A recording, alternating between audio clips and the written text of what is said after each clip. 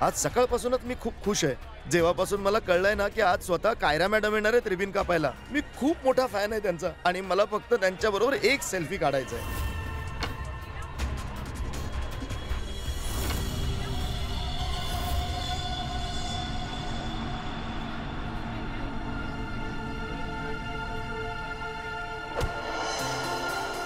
अरे अरे अरे अरे अंकल, तुम्ही ठीक तर आहात ना? मी बरो आहे. खूप खूप धन्यवाद बाळा. कुठे जायचं तुम्हाला? बाळा, माझं एक काम करशील का? हो हो, मला तिथे आतपर्यंत सोड. हो चला. काय झालं बाळा? सगळं ठीक आहे ना? काका, कदाचित हा आवाज तुमच्या स्टिकमुळे येतो आहे. अच्छा ही साईडला ठेवून द्या ना. अच्छा अच्छा, ठीक आहे. आता तुम्ही जाऊ शकता.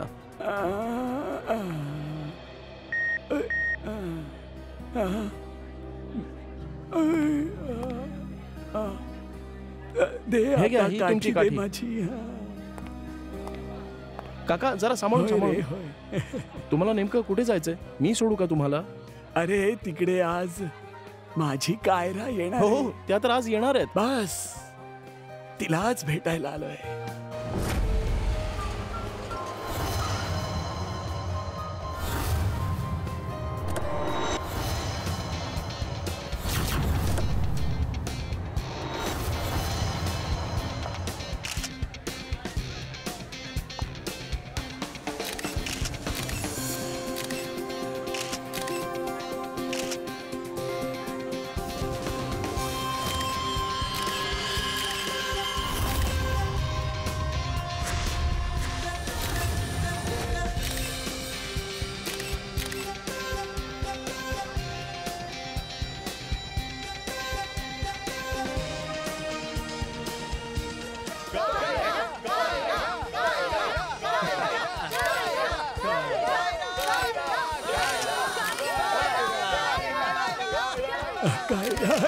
कायरा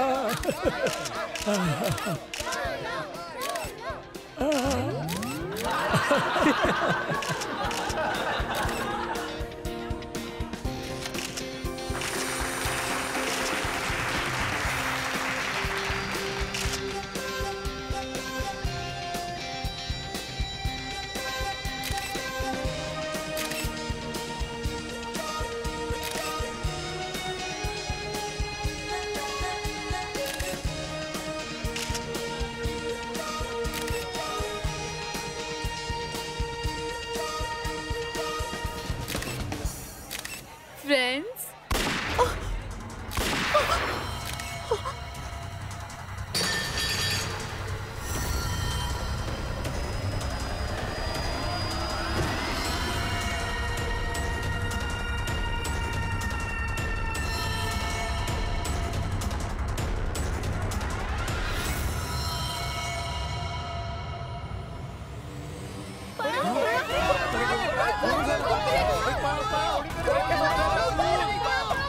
सगळे एक्झिट बंद करा. ए, काय झालं? रोहित रोहित रोहित, पकड याला, पकड या म्हाताऱ्याला.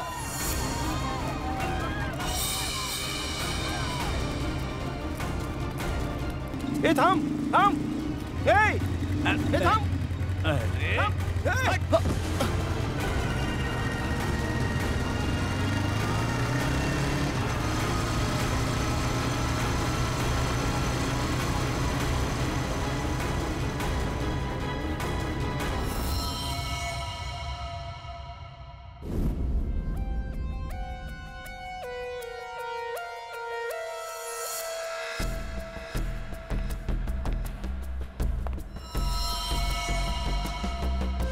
हे कसं शक्य झालं? हा, एक 70 वर्षाचा म्हातारा सगळ्यांसमोर या मुलीला गोळी मारून इथून पळून जातो आणि सहजपणे निसटून जातो आणि त्याला इथे कोणीच पकडत नाही. सर, मलाही हा विचार करून खूप आश्चर्य वाटते की हे झालं कसं. पण सर, तो म्हातारा माणूस अगदी एखाद्या तरुणासारखा धावत होता, एकदम जोरात. तू त्याच्या आतमध्ये गन पाहिलीस का? नाही सर, गन तर नाही पाहिली, पण काहीतरी गडबड होती एवढं नक्की. कारण तो आला तेव्हा नीट चालू शकत नव्हता आणि नंतर काठी बाजूला फेकून तो एखाद्या स्पर्धेत भाग घेतला असावा असा धावला. कारण तो म्हातारा नाही, तरुण होता. सर, 2 गोळ्या लागल्यात. पण मागे कुठेच जखम नाहीये, म्हणजे बुलेट्स बॉडीच्या आतच आहेत. बुलेटच्या दिशेच्या हिशोबाने गोळी ह्याच भागातून चालवली गेली असणार. पण इतक्या भर गर्दीत कोणी गन कशी काय नाही पाहिली? आणि इतकी सिक्युरिटी असताना कोणीही गन आतमध्ये आणूच कसं शकतं? सर हा सर इथे जेवढे मीडियावाले आले होते त्यांचं फुटेज, इथे जेवढे सीसीटीव्ही कॅमेरा लागले त्यांचं फुटेज, आणि हा कॅमेरा फोन आहे आणि याचाही फुटेज काढून मी रेडी करून ठेवलंय. सगळे एक एक करून दाखव.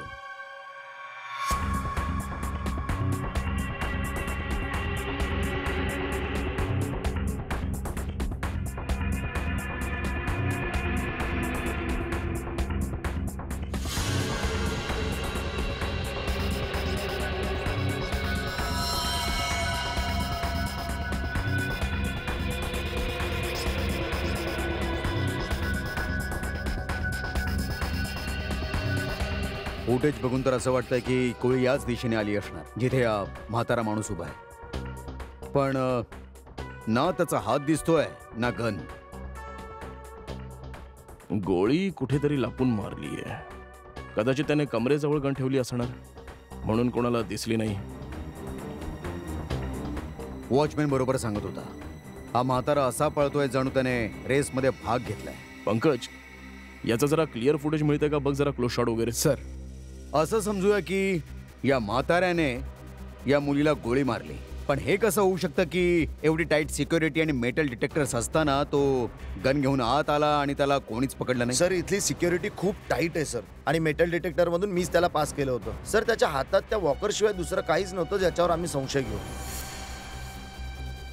कदाचित त्याने गन डिसमेंटल करून या वॉकरमधून आणली असेल आणि इथे येऊन ती असेंबल करून हिचा खून केला. सर असं अजिबात नाहीये, कारण पूर्ण वेळ मी त्याच्या बरोबर होतो. त्याने तेव्हा संशय घेण्यासारखं काहीच चुकीचं केलं नाही, त्यामुळे आम्हाला संशय नाही आला. अभिजित, हा वॉकर तर एकदम नवीन आहे. सर हम्म, या 2 बुलेट मिळाल्या. बुलेट जरा वेगळ्याच आहेत. या तर मोठ्या रायफलच्या वाटतायत. ही केस जरा जास्तच कठीण वाटते. एक 70 वर्षाचा धावणारा म्हातारा माणूस, एक न दिसणारी गन, आणि ही एक विचित्र दिसणारी ही बुलेटची शेल. एक गोष्ट तर नक्की आहे की तो माणूस म्हातारा नव्हता, कोणीतरी तरुण होता जो याचा खून करण्यासाठी वेशभूषा बदलून आलेला. एक प्रोफेशनल खुनी जो स्वतःला स्मार्ट समजतोय. पण कधीपर्यंत लपणार तो?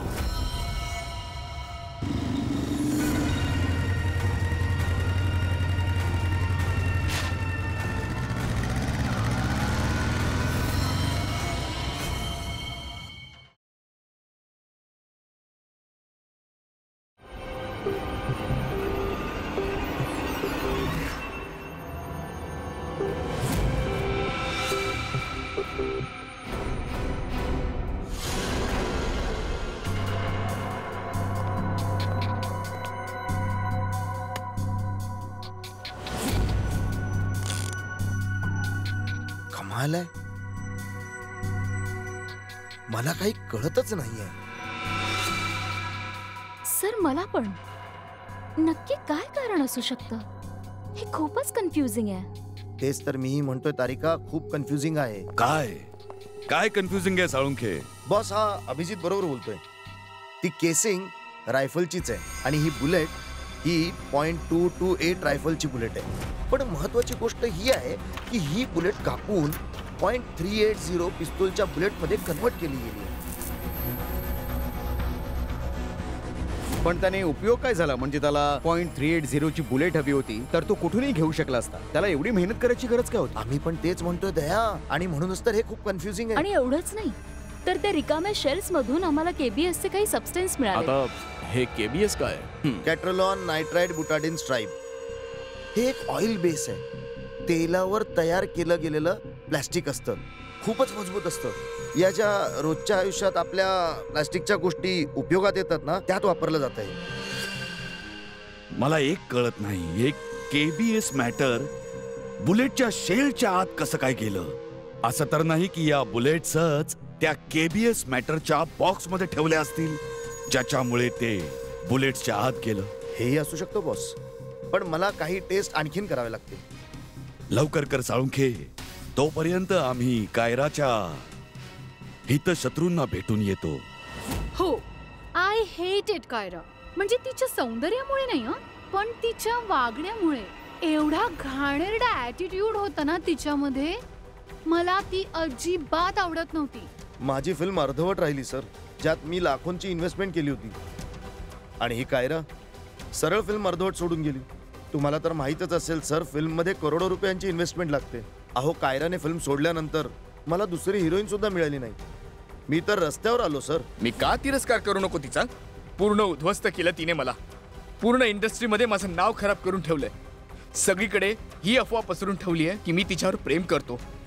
माझी बायको मला सोडून निघून गेली. मला जर शक्य असतं ना तर मी तिचा गळा दाबला असता.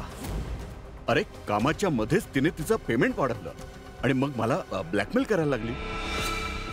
आणि आमचे काही खाजगी फोटो होते तिच्याकडे, जे मीडियाला देण्याची धमकी द्यायची मला. सर, मी माझ्या आईची शपथ घेतली होती की मी कायरासोबत कोणतंच काम करणार नाही. तिने मला प्रॉमिस केलं होतं की ती माझ्यासोबत इंटरनॅशनल शो करणार, पण कॉन्ट्रॅक्टनुसार तिने कोणतंच काम पूर्ण केलं नाही सर.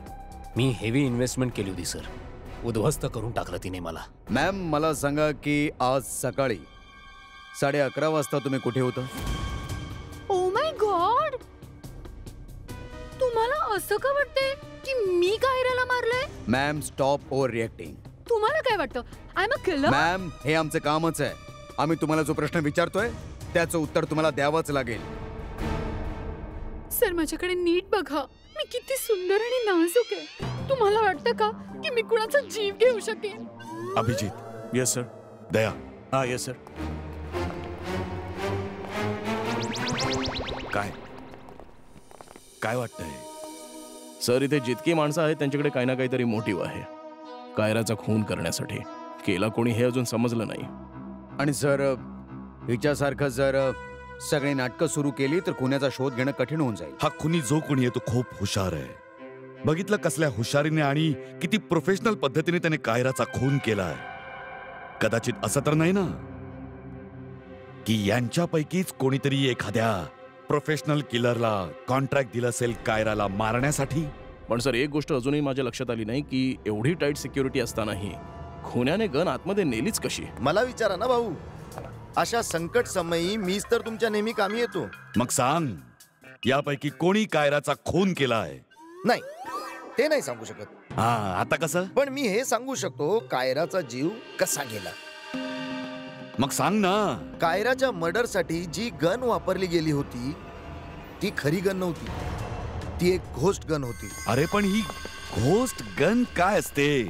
घोस्ट गन काय? बॉस, मी विचार केला की जर बुलेट आपण होऊन बनवली जाऊ शकते तर गन का नाही बनवू शकत? अरे यार, आपल्या हाताने बनवली असती तरी पण मेटल डिटेक्टर मध्ये पकडली गेली असती ना. सर, पण ही गन मेटलची नसून दुसऱ्या मटेरियलनी बनली असेल तर? तारिका, गन मेटलचीच असते. आणि चल, मान्य केलं, दुसऱ्या एखाद्या गोष्टीने गन बनवली तर ती गन बुलेट फायर झाल्यावरती वितळणार नाही का? KBS plastic. केबीएस, ज्याचे तुकडे तुम्हाला त्या शेलमध्ये मिळाले होते? तेच. मी जेव्हा या केबीएस प्लास्टिक बद्दल सर्च केलं तेव्हा कळलं की या केबीएस प्लास्टिक पासून फिलामेंट्स बनवलं जातं, तंतू, जे विरघळत नाही. आणि हे 3D ऑब्जेक्ट्स बनवण्यासाठी वापरलं जाऊ शकतं. कोणत्याही नॉर्मल प्रिंटरमध्ये इंकचे कार्टेजेस असतात, पण 3D प्रिंटरमध्ये फिलामेंट पूल्स असतात. Boss, medical models, architectural models, prosthetics आणि बरेचसे नॉवेल्टी आयटम्स यापासून बनवले जाऊ शकतात. डॉक्टर साहेब, पण या सगळ्यांचा केसशी काय संबंध आहे? संबंध आहे दया. या बॉस, मी तुम्हाला दाखवतो. हे बघा, यावरून सगळं लक्षात येईल तुमच्या. बॉस, हा एक 3D प्रिंटर आहे. हा वेगवेगळ्या गोष्टी प्रिंट करतोय, म्हणजे बनवतोय. म्हणजे साळुंके, तुझ्या म्हणण्यानुसार खुन्याने ह्याच टेक्नॉलॉजीचा वापर केलाय? हो बॉस. गनच्या प्रत्येक पार्टची आधी 3D प्रिंट काढली आणि मग सगळे पार्ट्स एकमेकांना जोडले. आणि म्हणूनच या गन्सना घोस्ट गन्स म्हणतात, कारण या गन्स कोणत्याही मेटल डिटेक्टर मध्ये डिटेक्ट होत नाहीत. अरे, पण ती बुलेट जी होती ती मेटलचीच होती ना? एक मिनिट.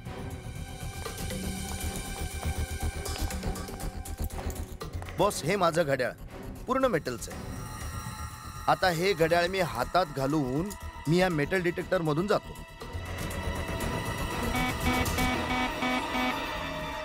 याने हे डिटेक्ट केलं. आता हेच घड्याळ आपण केबीएस प्लास्टिकच्या बॉक्स मध्ये घालून पास करूया.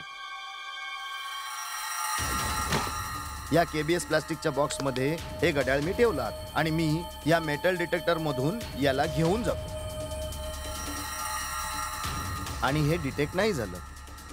बॉस, एवढं मोठं मेटलचं घड्याळ जर यात डिटेक्ट नाही झालं तर मग बुलेट तर त्याच्यापेक्षा छोटी असते, सहजपणे जाऊ शकते. हो, पण यार याने ही बुलेट स्वतः का बनवली? अरे बॉस, आपल्याला माहिती आहे ना, एका रायफलच्या बुलेटची केसिंग खूप जास्त मोठी असते एका पिस्तुलाच्या बुलेटच्या केसिंग पेक्षा, आणि हे सहजपणे गन पावडर ऍब्झॉर्ब करू शकते. याचमुळे प्लास्टिकच्या गनचं काहीच नुकसान होत नाही, जेणेकरून एकापेक्षा जास्त फायर करू शकतो. बरोबर. चला तर मग शोधूया की हे 3D प्रिंटर्स कोण कोण वापरतायत ते. हे जरा अवघड काम आहे. का? कारण सर आजकाल 3D प्रिंटर्स अनेक ठिकाणी वापरले जातात, जसं hospitals, college, schools, engineering companies, architect सगळेच वापरतात सर. हो, मग काय झालं? केबीएस फिलामेंटर आहे, त्याने शोधू शकतो. हा मार्ग अगदी बरोबर आहे, कारण फक्त 2च प्रकारचे फिलामेंट्स असतात, एक केबीएस आणि दुसरं बीएलए. बीएलए म्हणजे ब्लँडेड, आणि ह्या बीएलए ला कुठलाही आकार सहज देता येऊ शकतो, आणि हे बीएलए खूप सहजपणे मार्केटमध्ये अवेलेबल सुद्धा आहे. पण केबीएस सहजपणे उपलब्ध होऊ शकत नाही. बस, मग आपण हे शोधूया की असे कोण लोक आहेत ज्यांच्याकडे ते 3D प्रिंटर आहेत ज्यांच्यामध्ये केबीएस फिलामेंट वापरलं जातं.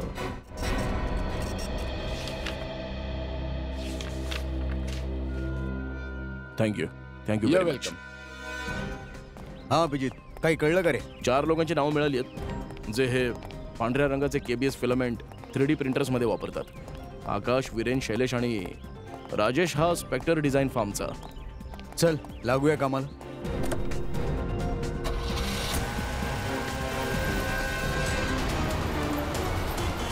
हे जे फिलामेंट तुम्ही वापरता ते कशा कशामध्ये असतं?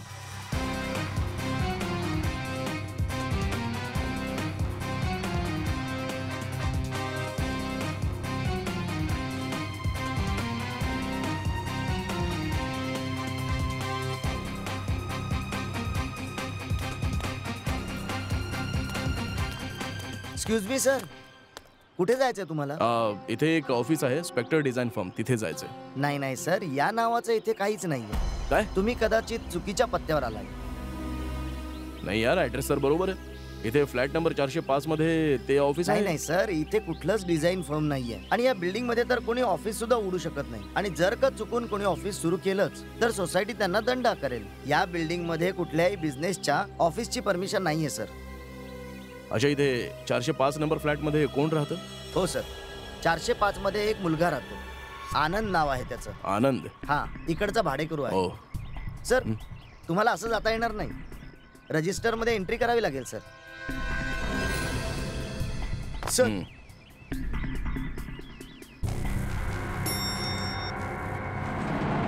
Excuse me.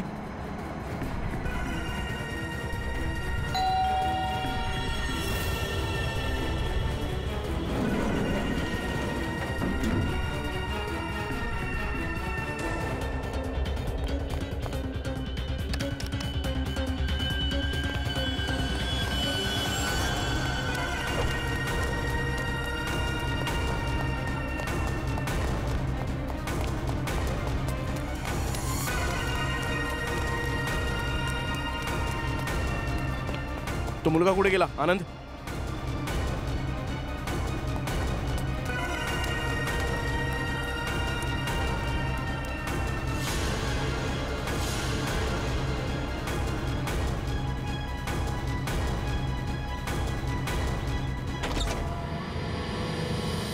संपूर्ण घराची झडती घेऊया आणि जरा सांभाळून.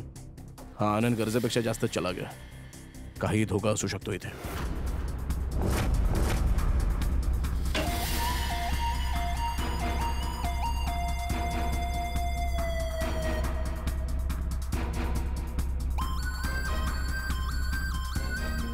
अरे सर, जरा आत या ना. काहीतरी आहे इथे. काय? हे पहा सर.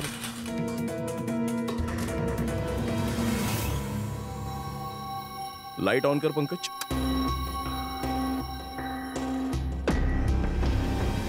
इथे तर याने पूर्ण वर्कशॉप सुरू केलंय.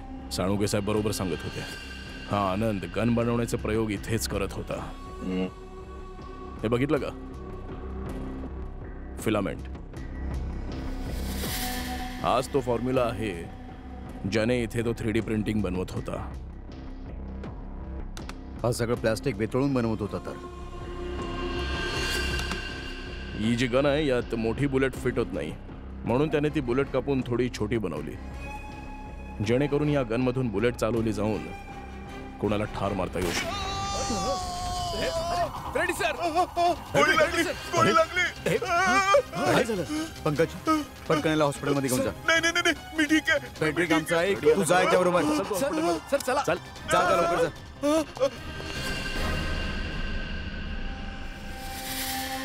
माय गॉड.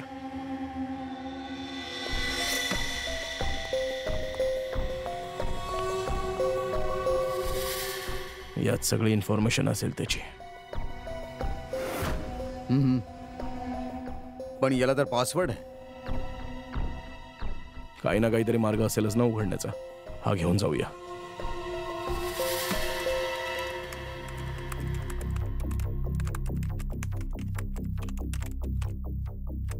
Come on.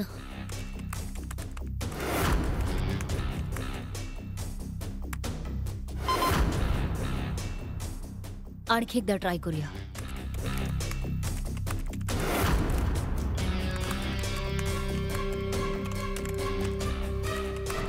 वेगवेगळे फॉर्म्युला ट्राय करते, वेगवेगळे कोडिंग सुद्धा ट्राय करते, पण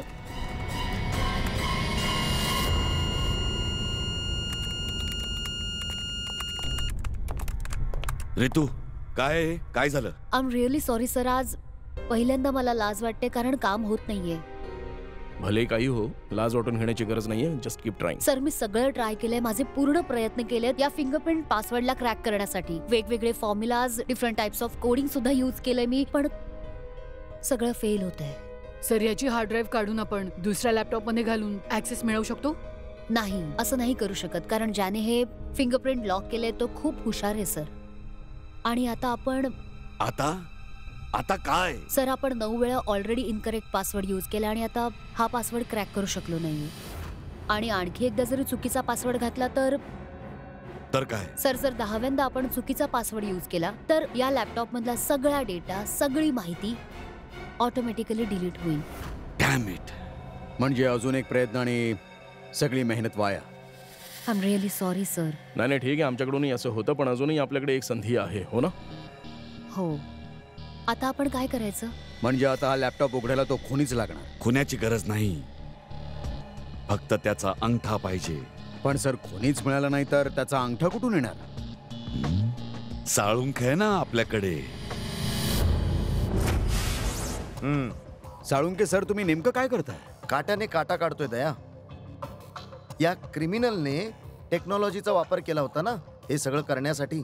बॉस, आपण सुद्धा आता टेक्नॉलॉजीचाच वापर करूया. सगळ्यात आधी आपण या प्रिंटरवरून त्या खुन्याच्या बोटांचे ठसे घेऊन आणि ते आपल्या कम्प्युटरमध्ये सेव्ह करायचे आणि मग त्याच्या अंगठ्याचं एक 3D प्रिंट काढायचं.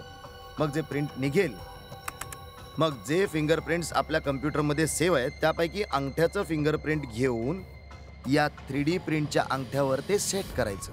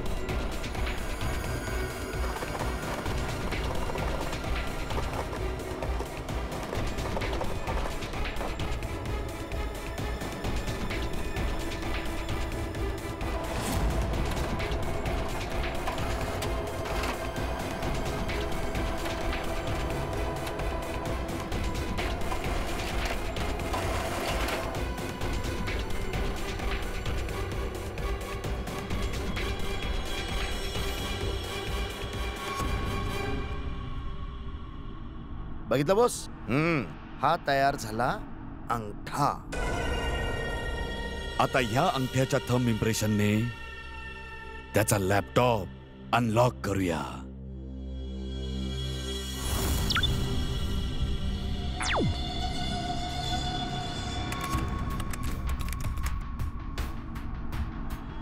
वा सर, या लॅपटॉप मध्ये तर खूप माहिती आहे. हा डार्क वेबशी कनेक्टेड आहे. डार्क वेब म्हणजे काय? याआधी कधी ऐकलं नाहीये. जसं की क्रिमिनल्ससाठी अंडरवर्ल्ड असतं, ठीक त्याप्रमाणेच वेब किंवा इंटरनेट क्रिमिनल्ससाठी डार्क वेब असतं. अनेक प्रकारचे सायबर क्राईम आणि वेगवेगळ्या प्रकारचे सायबर गुन्हे इथे होतात. वेबचं अंडरवर्ल्ड, डार्क वेब. पण इंटरनेट तर सगळ्यांसाठी अवेलेबल असतं. कोणी कधी एक्सेस करू शकतं.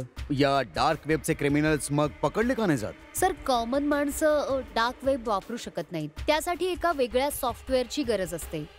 सर, त्याच्या मदतीने जी लोक इथे ऍक्टिव्ह आहेत त्यांचा ऍक्सेस आपल्याला मिळतो. सर, इथे खूप वेगवेगळ्या प्रकारचे गुन्हे घडतात, जसं ड्रग्ज, प्रॉस्टिट्यूशन, कॉन्ट्रॅक्ट किलिंग. आणि इथे तेच लोक असतात ज्यांना स्वतःला ट्रॅक होऊ द्यायचं नसतं. मग हा मिस्टर आनंद काय करतोय डार्क वेब मध्ये? सर, हा एक प्रोफेशनल कॉन्ट्रॅक्ट किलर आहे जो इथून एक कॉन्ट्रॅक्ट घेत होता. सर, ही बघा, ही त्याची वेबसाईट आहे, गोस्ट असॅसिन. आता ज्या कोणाला याला काम द्यायचं आहे ती व्यक्ती आधी डार्क वेबवर येते आणि मग त्याच्या वेबसाईटवर लॉग इन करते. आणि ज्या कुणाला त्यांना मारायचं आहे किंवा कॉन्ट्रॅक्ट द्यायचा आहे त्या व्यक्तीची संपूर्ण माहिती आणि इतर डिटेल्स याला इथे दिले जातात. आणि मग ऍडव्हान्स पेमेंट आणि उरलेलं पेमेंट काम झाल्यावर दिलं जातं. पण याला कायराचं मर्डर करण्यासाठी कॉन्ट्रॅक्ट कोणी दिलं होतं? सर, मी चेक करते, थांबा. मृत्यूचा धंदा करणाऱ्यांना आम्ही सोडणार नाही. सर, हा कोणी बिझनेसमॅन आहे, मिस्टर मंगेश. मंगेश? अरे, तुला माहित नाही की मी किती खुश आहे ते. हो, सगळी तयारी झाली आहे. अच्छा, एक काम कर, मी आता गाडीत बसतोय, डायरेक्ट एअरपोर्टलाच येतोय. ओके, चल तू तिथेच थांब. Maldives, I am coming.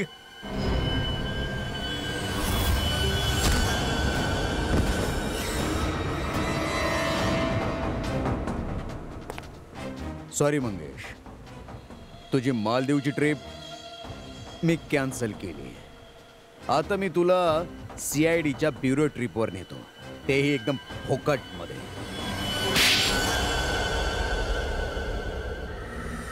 काय करणार होतो मी उद्ध्वस्त झालो होतो. त्या मुलीने मला संपवून टाकलं होतं. कायराने मला उद्ध्वस्त केलं. एक हेवी अमाऊंट दिली होती मी तिला इंटरनॅशनल शो साठी.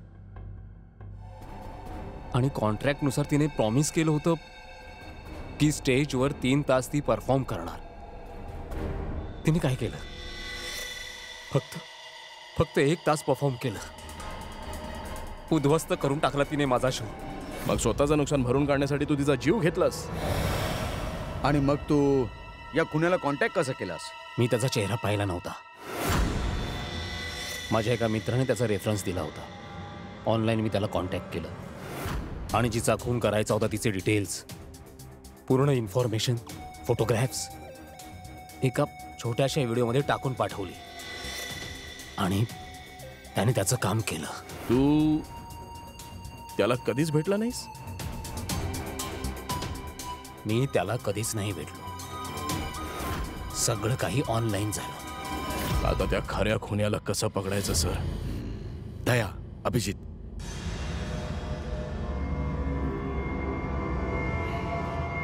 एक आयडिया आली आहे माझ्या डोक्यामध्ये.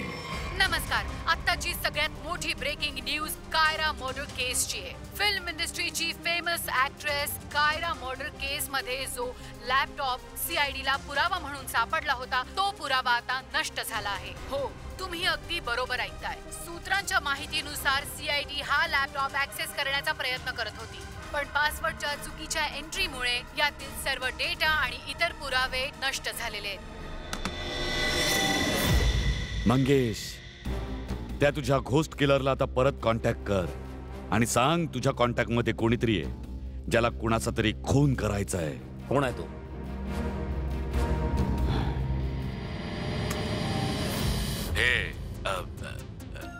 हे बघा, माझं नाव नरेंद्र आहे. मी फिल्म प्रोड्युसर आहे. फिल्म बनवतो मी. माझा एक पार्टनर आहे, जसविंदर नाव आहे त्याचं. तो पंजाबमध्ये राहतो. माझी इच्छा आहे की तुम्ही त्याचा खून करावा. मला माहिती आहे तुम्ही हे काम करू शकता आणि त्यासाठी तुमची जी काही फी आहे ती मी द्यायला तयार आहे. जसविंदरचा फोटो आणि त्याचे सगळे डिटेल्स मी तुम्हाला लगेच पाठवतोय. आता हा व्हिडिओ पाठवून दे तुझ्या त्या घोस्ट किलरला. पण सर, हा जसविंदर कोण आहे?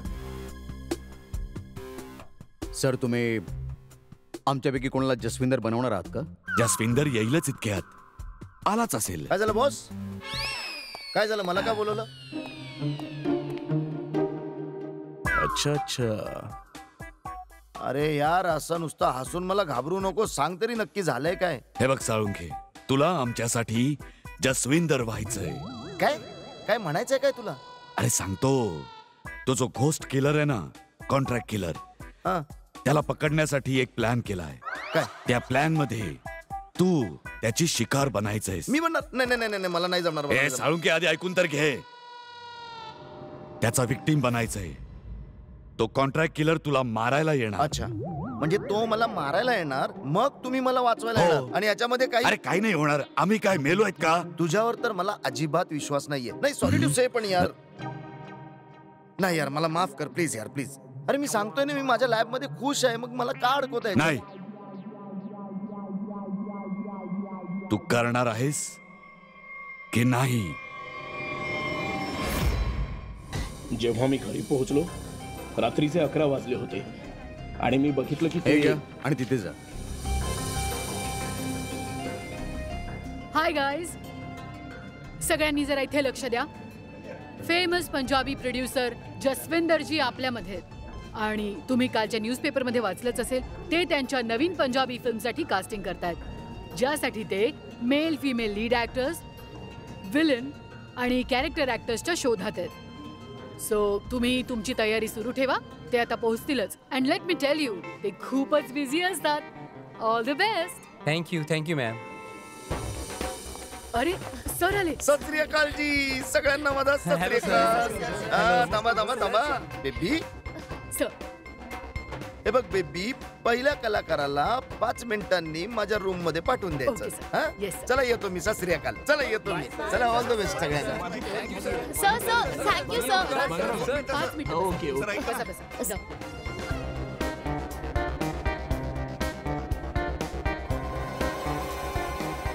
आणि जसा दरवाजा उघडला, अरे दरवाजा उघडत का नाहीये यार? जसा दरवाजा उघडला,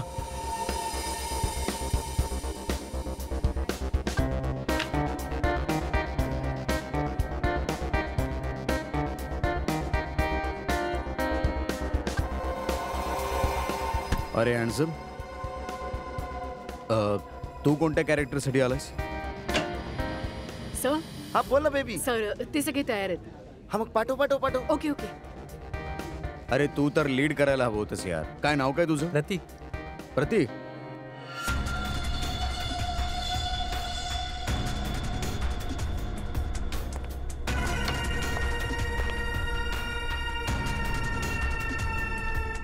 एक्सक्यूज मी पण ऑडिशनसाठी आलो आहे.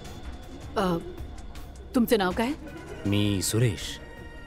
तुम्ही इथे सही करा.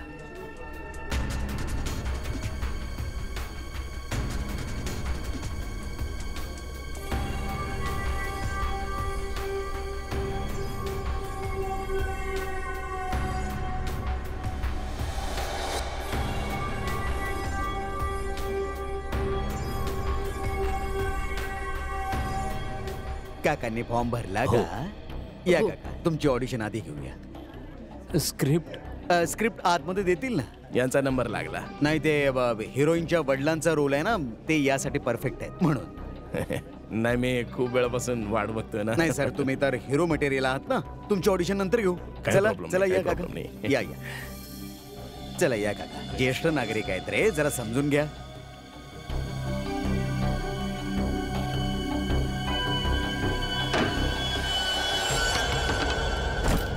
अरे काय आहे सगळं? काय करताय तुम्ही? काय नाही, आम्हाला फक्त एवढं जाणून घ्यायचं होतं की हे हाताला कोणती क्रीम लावता तुम्ही?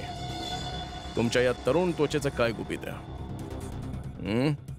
चेहऱ्याने तर म्हातारे आहात, पण हात अजूनही तरुण आहेत. हे सगळं काय काय काय बोलताय तुम्ही?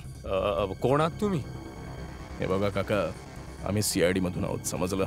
CID? पण मी तर काहीच केलं नाहीये. तू काय केलंयस आणि काय नाही ते आता समजेलच. हे काय?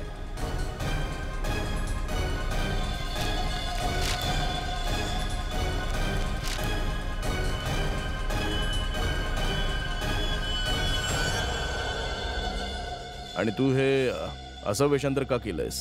हं? दाढी वगैरे लावून नक्की काय करायचंय तुला?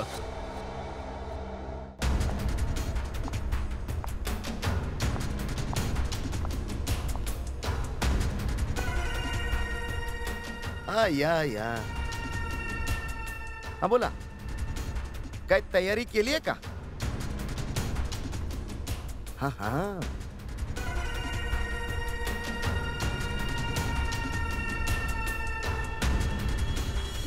वा वा. हा सर, मी फक्त एक ऍक्टर आहे. रंगभूमी थिएटरच्या बाहेर एक ऍक्टर भेटला होता. तो म्हणाला की इथे एक ऑडिशन सुरू आहे. 60 वर्षांच्या म्हाताऱ्याचं एक कॅरेक्टर आहे. जर मी गेटअप बदलून गेलो तर मला हा रोल नक्की मिळेल. त्याने हेही सांगितलं की प्रोड्युसरला मिठाई खूप आवडते, म्हणून सगळ्यात फेमस मिठाईवाल्याकडून मी ही मिठाई घेऊन आलोय.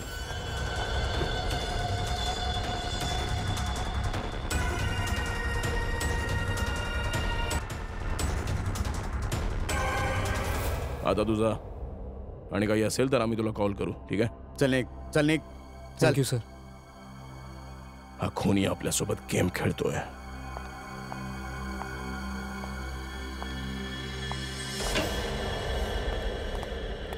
काकांनी मस्त ऑडिशन दिलं, त्यांचा रोल तर पक्का आहे. हा?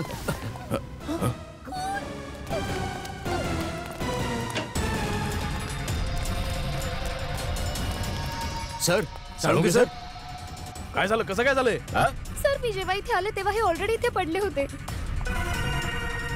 कोणी होतं का इथे? मी इथे येण्याआधी एक साडीवाली बाई बाहेर गेली. पूर्वी जरा लक्ष ठेवा.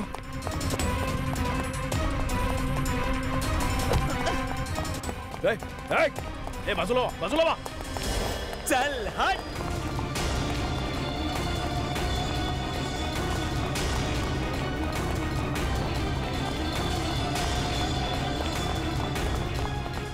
बाजूला वा. तुझा खेळ संपला.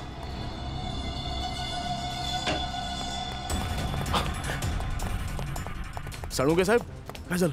सर, श्वास बंद झाला सर. ॲम्ब्युलन्सला कॉल कर पटकन. साळुंखे साहेब, अरे सोड या ना दया. सोड सोड सोड सोड. अरे पाडू नका रे, मला पाडू नका रे. काय सर, अरे तुम्ही पाडू काय नका मस्करी रे. करताय? हं? रक्त कुठे आहे? काय नाटक करताय सर हे तुम्ही? काय भाऊ, तुम्ही माझ्याकडून एवढं मोठं नाटक करून घेतलं यार, मग मी थोडी ऍडिशन घेतली त्याच्यात. सर, तुम्ही हे सगळं केलं कसं? अगं साळुंखे नाव आहे ना माझं.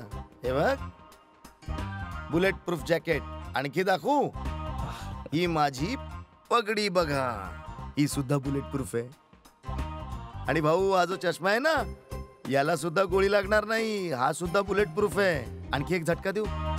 ही जी माझी दाढी आहे ना भाऊ, दाढीला सुद्धा बंदोबस्त आहे बुलेट प्रूफ. ते तर ठीक आहे सर, पण तुमच्या या नाटकामध्ये आम्हाला हार्ट अटॅक आला असता तर काय?